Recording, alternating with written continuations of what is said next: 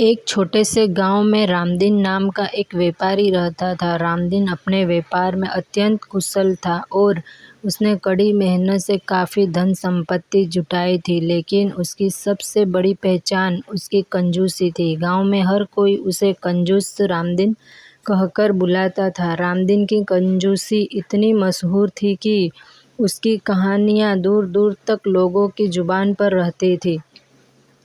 रामदीन का जीवन बहुत सादा था। वह हर समय खर्च से बचने की तरकीबें सोचता रहता। उसके घर में पुरानी लकड़ी की कुर्सियां थीं जिन्हें वह कई सालों से इस्तेमाल कर रहा था। जब भी कोई कुर्सी टूटती, वह उसे खुद जोड़कर ठीक कर लेता। खाना भी वह बहुत सादा खाता था, सिर्फ सूखी रोटी और नमक।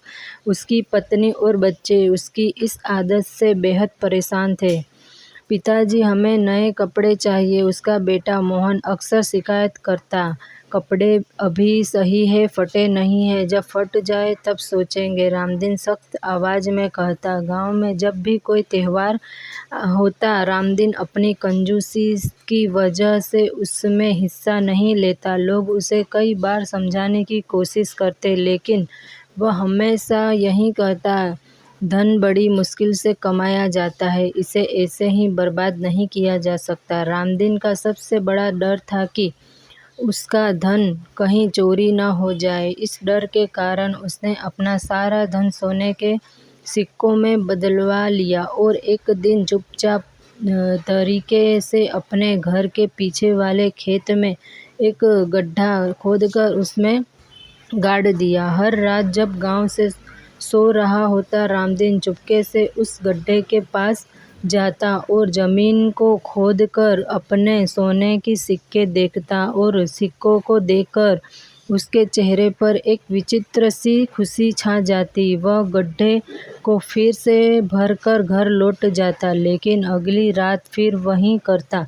रामदीन की यह आदत धीरे धीरे गांव के कुछ लोगों की नज़र में आ गई। रामदीन रोज रात को खेत में क्या करने जाता है? एक आदमी ने अपने दोस्त से पूछा। मुझे लगता है कि उसने वहाँ कुछ छुपा रखा है, दोस्त ने जवाब दिया। एक दिन गांव के एक चतुर व्यक्ति रघु ने रामदीन का पीछा करने का फैसला किया। रात के अंधेरे में जब रामदीन अपने खेत की ओर गया तो रघु ने दूर से सब कुछ देख लिया। उसने देखा कि रामदीन ने गड्ढा खोदा और सोने के सिक्के निकाले। रघु ने यह समझ लिया कि रामदीन ने वहां अपना धन छुपा रखा है। गांव के लोग रामदीन की कंजूसी पर अक्सर चर्चा करते।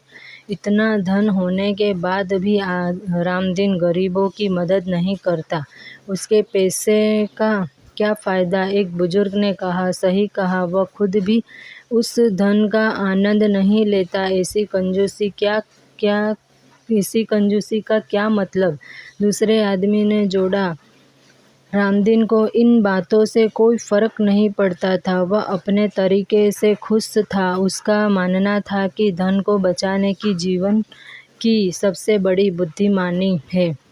एक रात रामदीन हमेशा की तरह अपने खेत की ओर गया। जैसे ही उसने गड्ढे खोदा तो पाया कि वह कोई सिक्का नहीं था, गड्ढा खाली था। उसका दिल बैठ गया। उसने चारों ओर देखा, लेकिन कोई नजर नहीं आया। उसने मन में ख्याल आया कि शायद किसी ने उसके धन को चुरा लिया। रामदीन बहुत घबराया हुआ गांव के बुजुर्ग रामलाल के पास गया। रामलाल जी, मेरा सारा धन चोरी हो गया है, उसने कांपती आवाज में कहा।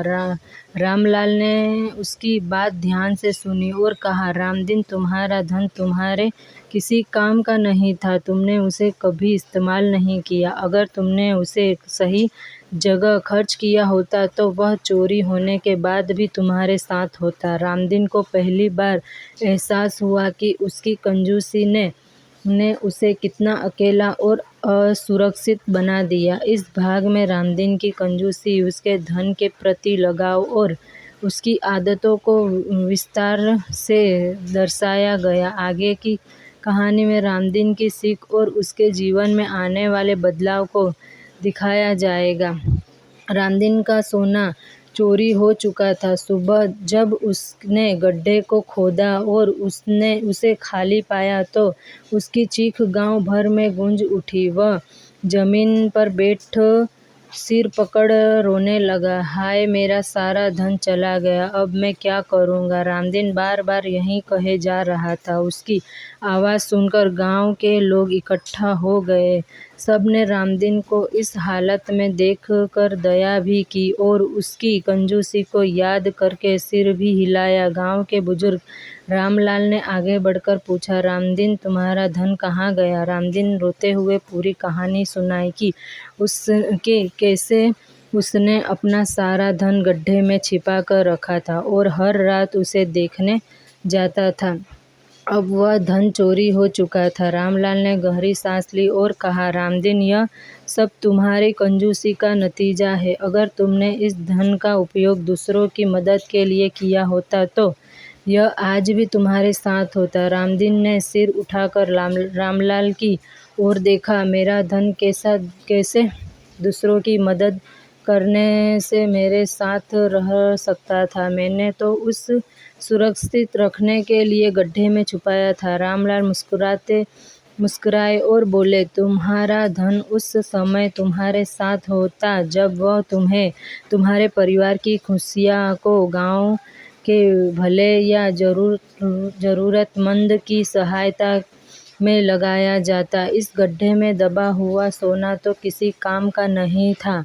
गांव के दूसरे लोग ने भी रामदीन को समझाने की कोशिश की। एक आदमी ने कहा, रामदीन, अब जब तुम्हारे पास इतना धन था तब भी तुम्हारे बच्चे पुराने कपड़े पहनते थे। त्योहार पर तुम्हारे घर में खुशी नहीं होती थी। सोचो, अगर तुमने थोड़ा धन खर्च करके अपने बच्चों को खुश किया होता तो आज तुम्हें इस तरह पछताना नहीं पड़ता। दूसरे आदमी ने कहा, तुमने कभी गांव के गरीबों की मदद नहीं की। अगर तुमने एक गरीब के घर में एक वक्त का खाना दिया होता तो वह आज तुम्हारे लिए दुआ करता। रामदीन के पास कोई जवाब नहीं था। वह सोचने लगा कि उसने सच में अपने धन का कभी सही उपयोग नहीं किया। उसकी आंखों में पश्चाताप के आंसू आ गए। उसने रामलाल से कहा, मैंने अपने जीवन में केवल धन जमा करने के बारे में सोचा। मैंने कभी यह नहीं सोचा कि इस धन का सही उपयोग कैसे किया जाए। अब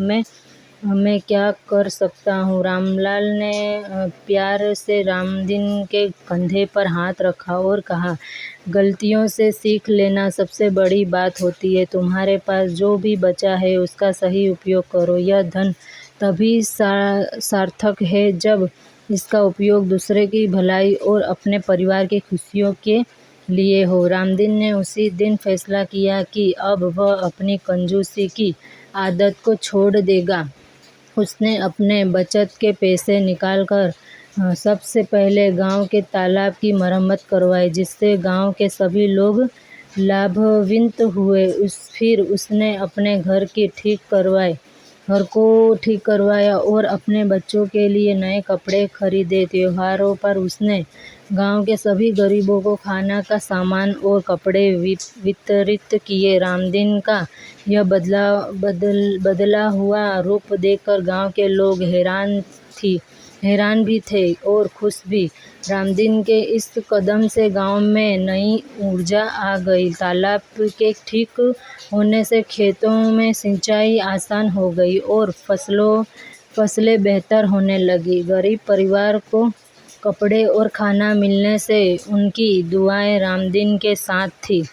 रामदीन को भी इस बात का एहसास हुआ कि दूसरों की भलाई में जो खुशी है वह गड्ढे में छिपे सोने को देखने से कहीं अधिक है। उसके घर में अब खुशी का माहौल था। उसके बच्चे भी अपने पिता के बदले हुए स्वभाव से खुश थे।